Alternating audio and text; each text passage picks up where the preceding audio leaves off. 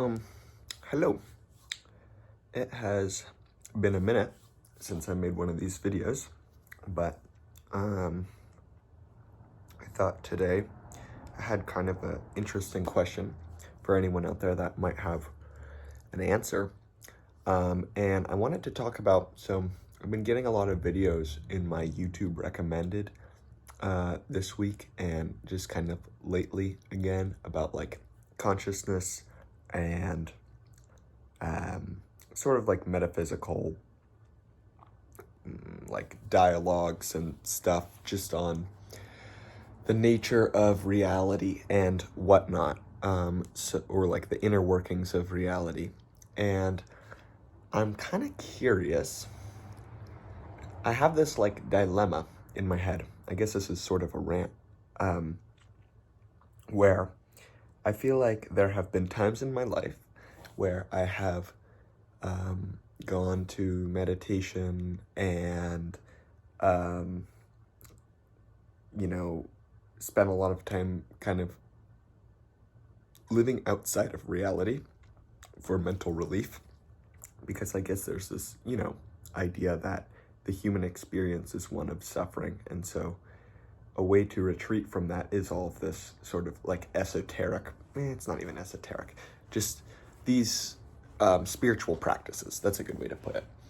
And like, meditation, yoga, that kind of stuff, right? So a lot of the time we do those things so that we can find some sort of peace and tranquility in the storm of human existence.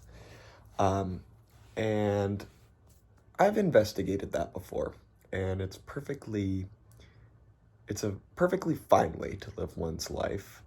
But to me, the greatest problem with that is you start to become so aligned with the notion of consciousness and awareness, and you're no longer identifying with your human self, you're living outside of it. That, of course, naturally, that means you're going to lose a lot of the rawness of the human experience. And I suppose that there's some part of me that almost prefers to live in linear reality instead of this like infinite awareness existence, if anyone knows what I'm talking about. Even I know that's very like a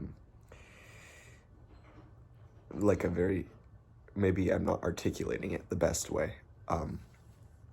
But for those that have, tried out these practices, I think you would know what I mean. Like, observational existence is, in a sense, it's kind of boring to be at peace all the time. And I think that the human experience is so intriguing because of the duality within it, and that we are able to experience so much emotion and ups and downs.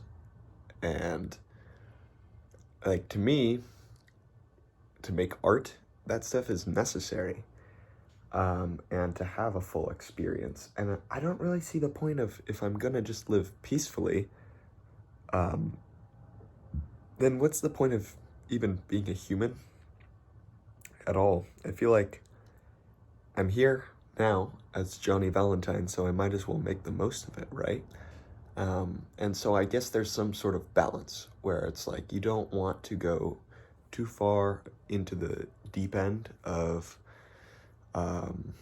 suffering with anxiety and stress and all of that. And you have tools like meditation, yoga, physical exercise, whatever brings you that peace. You have those tools and you can use them and still live in like a linear experience of reality, still live as like your character, like Johnny Valentine or whoever you're playing as. And yeah, I think that's the goal, is to have like equilibrium where you're not outside of yourself. And I mean, I guess that's the whole purpose of the ego, is to, maybe that's even in a sense that maybe there's room for a healthy ego in that you are able to find joy in the experience of self. And I guess that's the trap, because it keeps you hooked in. But because for as long as you're someone, you're suffering. But I think a little suffering is good. I think it's good. I don't understand this notion that it's terrible, because it's also beautiful, and you can make really beautiful things with it, and it's meaningful. It's meaningful. That's the point. And I rather live a meaningful existence than no existence. Yeah, suck it, Buddhists.